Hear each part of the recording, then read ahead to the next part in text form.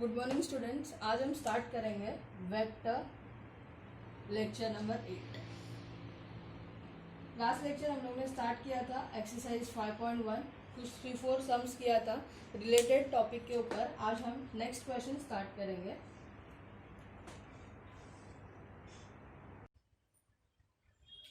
Now next question is in the figure express C bar and D bar in terms of A bar and B bar.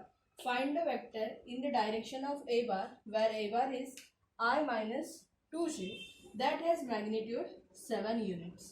Find करना है C bar and D bar in terms of A bar and B bar. Now C bar is PS bar. So हम लोग को find करना है in terms of C bar. In terms of A bar find करना है C bar.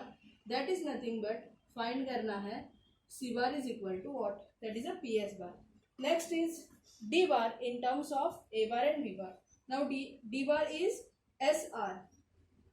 Here SR having same magnitude but opposite direction. So here minus D bar, here plus D bar. So next is SR bar, that is a D bar is equal to what? And third part is find the vector in the directions of A bar that has a magnitude 7 unit. So unit vector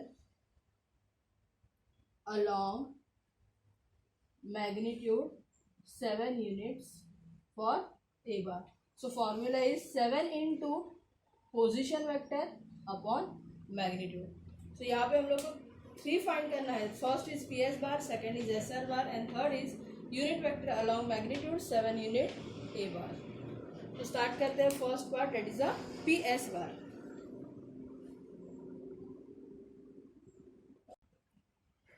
now given दिया है A bar is equal to I minus 2j.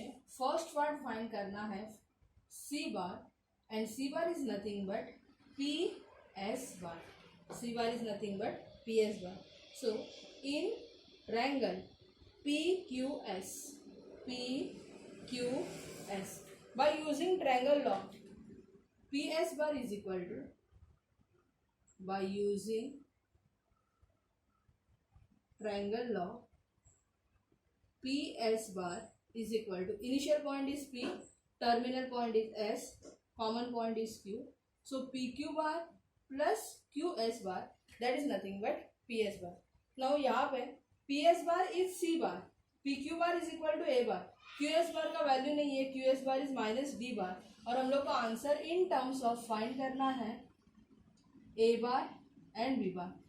So equation को लिखेंगे equation number 1. Now next is find करते हैं P R bar in triangle P Q R again by using triangle law for vector addition P R bar is equal to P Q bar plus Q R bar in triangle P R bar is equal to P Q bar plus Q R bar. ऐसा क्यों किया? क्योंकि यहाँ पे unknown is Q S bar. Q R bar is nothing but half Q S bar. So therefore P R bar का value है B bar is equal to P Q bar का magnitude है A bar plus Q R bar is unknown. So यहाँ से value मिल सकता है. Therefore Q R bar is equal to B bar minus A बार. तो इसको लिखेंगे equation number 2. That is the equation number 2. Now QR bar is nothing but B bar minus A bar.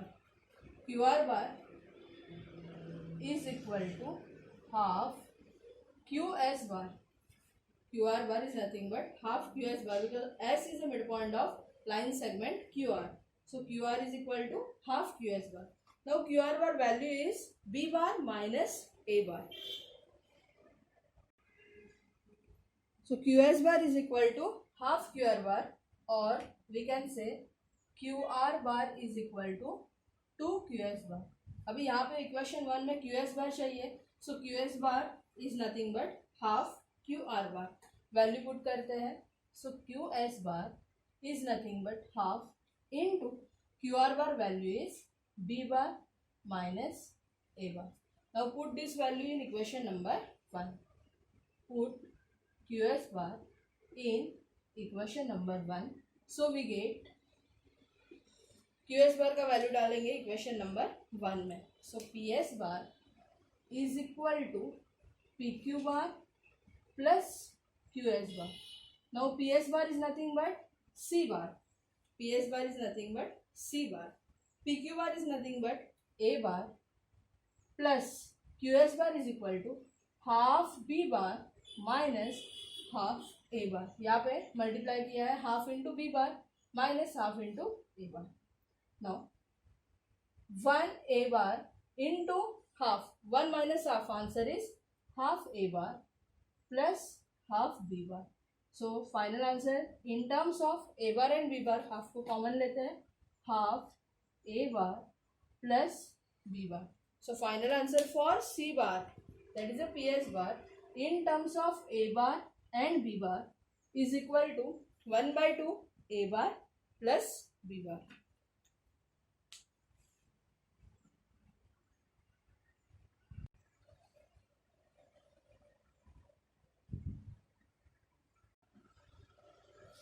Now first part complete हुआ. First part था find करना था C bar, complete हो गया.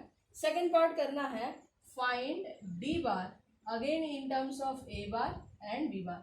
सो second part start करते हैं. Second part में find करना है D bar. That is nothing but S R bar.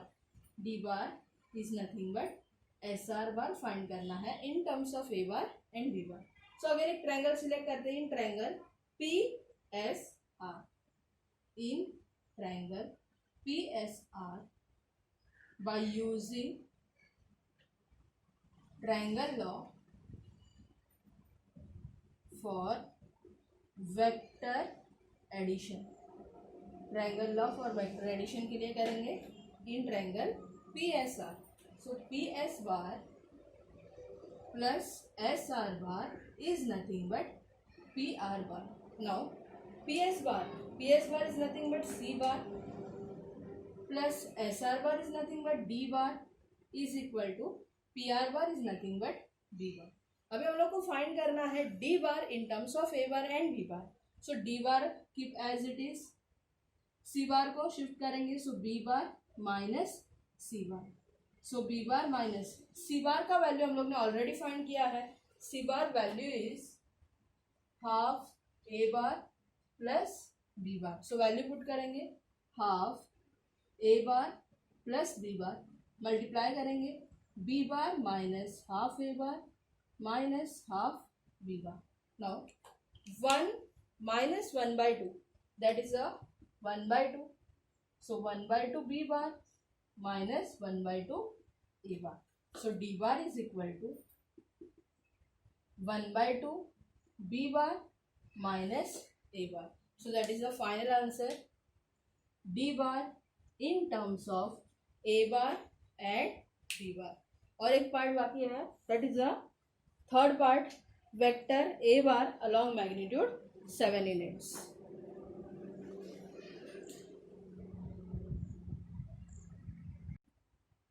Now third part is vector of magnitude 7 units along A bar. So अगर unit vector along, unit vector का formula पता है position upon magnitude. Unit vector along any vector suppose मैंने लिया A bar. So formula is position vector upon magnitude. Formula is position vector upon उसका magnitude. Now यहाँ पे बोला है vector of magnitude 7 units. So formula क्या आ जाएगा? Vector of magnitude 7 units along A bar is equal to 7 into position vector upon magnitude.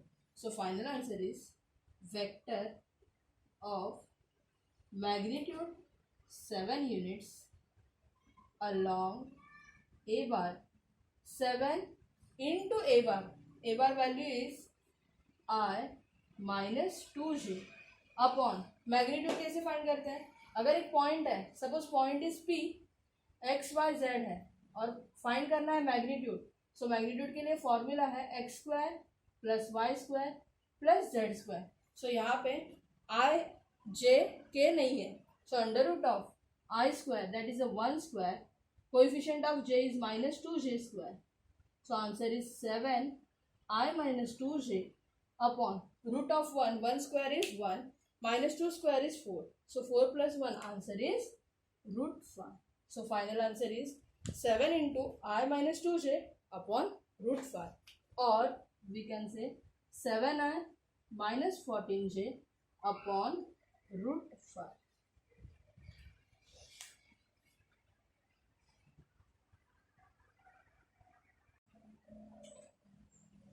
Next question is, find the distance from point 4 minus to 6 to each of the following: xy plane, yz plane, xz plane, x axis, y axis and z axis. Last lecture में हम लोग ने इसके homework में question similar type का question दिया था. X y Z के लिए क्या था डिस्टेंस, वाई जेड प्लेन के लिए, एक्स जेड प्लेन के लिए, और आपने फॉर्मूला बुक बनाया होगा, उसमें फॉर्मूला लिखा ही होगा. सो फर्स्ट स्टार्ट करते हैं for x Y plane. So distance from point, suppose point का नाम देते हैं P, 4 minus two 6 to x Y plane.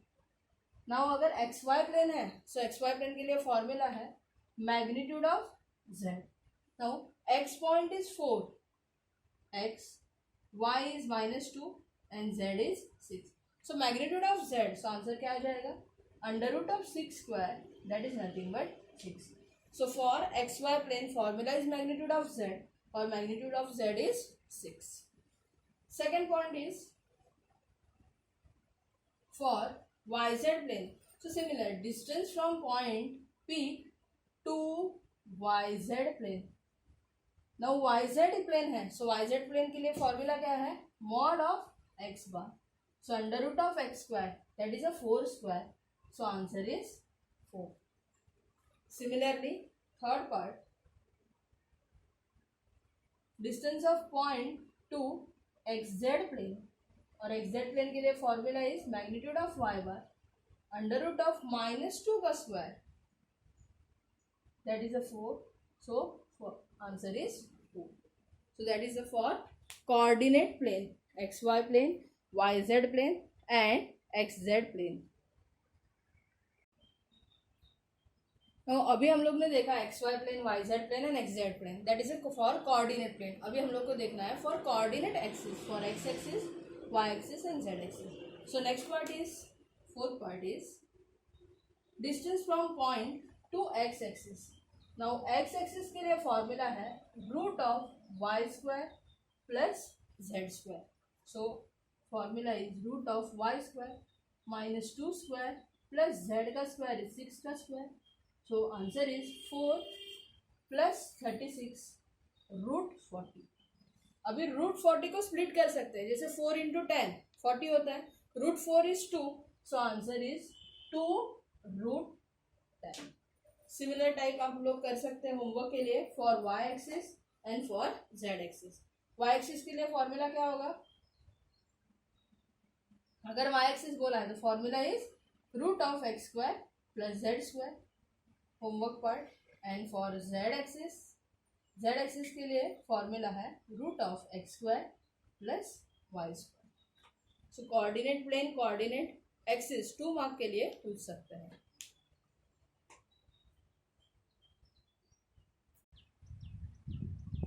Next question, find the coordinate of point which is located 3 units behind the y Z plane, 4 units right to the xz plane and 5 units above to the xy plane.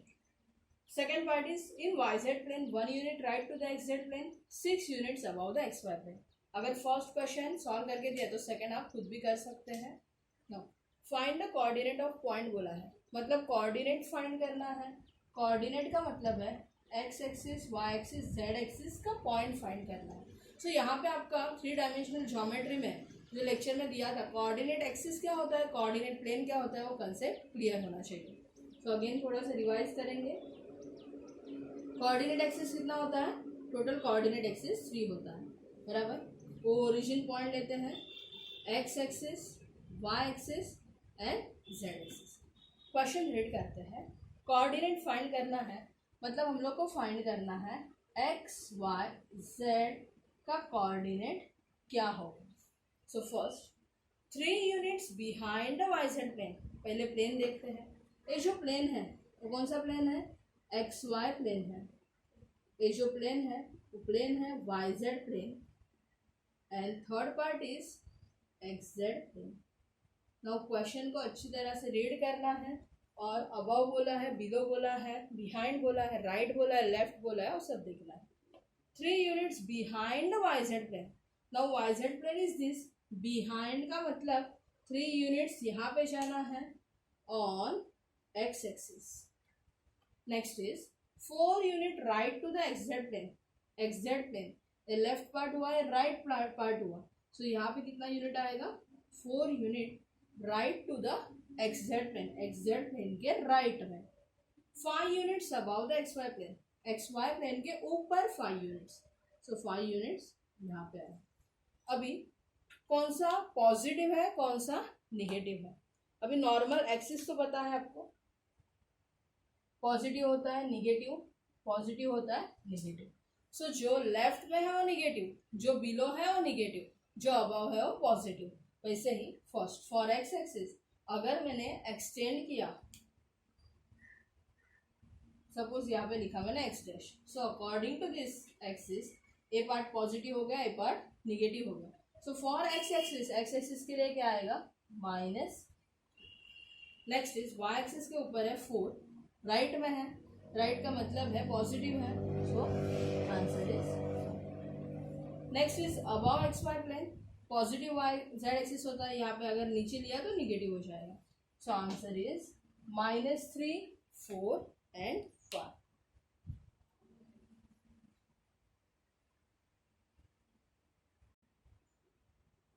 Similarly जो second part है, in Y Z plane 1 unit right to the x Z plane, Y Z plane के ऊपर X Z plane के right में 1 unit चाहिए, 6 unit about to the x Y plane. ये वाला question coordinate आप खुद फाइंड कर सकते हैं। सो सेकेंड वाला पार्ट आपको होमवर्क में करना है, और होमवर्क मतलब असाइनमेंट आपको मिलते जाएगा और आपको कंप्लीट करते रहना है। जो भी थ्योरी पार्ट कंप्लीट किया है, एक्सरसाइज कंप्लीट किया है अभी तक का पार्ट, उसके ऊपर आपको एक असाइनमेंट मिलेगा, दैट इज अ एक्सरसाइज 5.1 के ऊपर रहेगा। और प्लीज़ खुद के शॉर्ट नोट बनाते जाइए, नोटबुक में लिख के प्रैक्टिस करना है, वीडियो देख के नहीं हो सकता है। सिर्फ वीडियो देख के एक बार देखोगे भूल जाओगे, सो बेटर रहेगा नोट्स बनाओ खुद के, और नोट्स करके जो टेक्स्ट बुक में सॉल्व एग्जाम्पल दिया है वो खुद प्रैक्टिस करके कर सकते हो, और जो असाइनमेंट मिलेगा वो आपको कंप्लीट करके रखना है। Thank you.